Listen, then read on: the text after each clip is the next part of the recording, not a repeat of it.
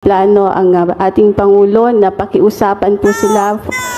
Kayo po, wala po ba kayong plano bilang Pangulo ng ating bansa para pakiusapan mo sila na huwag nang ituloy yung impeachment dahil baka abala nga naman po sa trabaho ng ating gobyerno at syempre sa buhay at pamumuhay ng ating mga kababayan?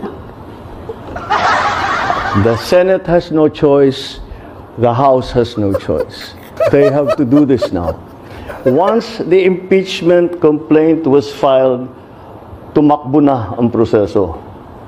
Sir, may impeachment complaint against Vice President Leni Robredo. I won't allow. Do you think, sir, may basehan po para ma-impeach nga po siya? What are your thoughts po? Look, we just had an election. Guys, lay off.